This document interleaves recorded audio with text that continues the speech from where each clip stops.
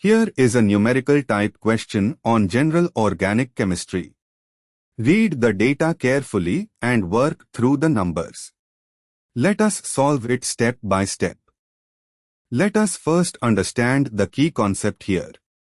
The parent chain in IUPAC nomenclature is the longest continuous carbon chain that includes the principal characteristic group, here, the ketone C is equal to O. Moving on to the next step. Identify the principal characteristic group. The compound contains a ketone, C is equal to O, so the parent chain must include the carbonyl carbon. Moving on to the next step. Identify the longest carbon chain containing the ketone. The non-ring portion of the molecule is CH3, C is equal to O, CH is equal to CH attached to the benzene ring. Counting these carbons, C1, CH3, C2, C is equal to O, C3, CH is equal to C4 is equal to CH. That gives 4 carbons in the chain.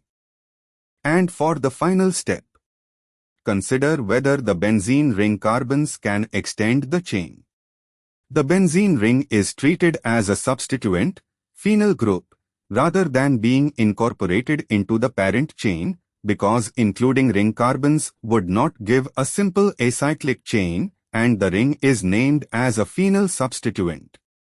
The parent chain is therefore but 3N2-1, 4 carbons, C1 is equal to CH3, C2 is equal to carbonyl carbon, C3 and C4 are the vinyl carbons, making the compound E4-phenyl but 3N2-1.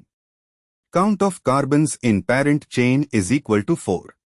Why other counts fail? Taking only 3 carbons would miss CH3, taking 5 or more would require including benzene ring carbons, which are part of an aromatic ring substituent, not the main chain.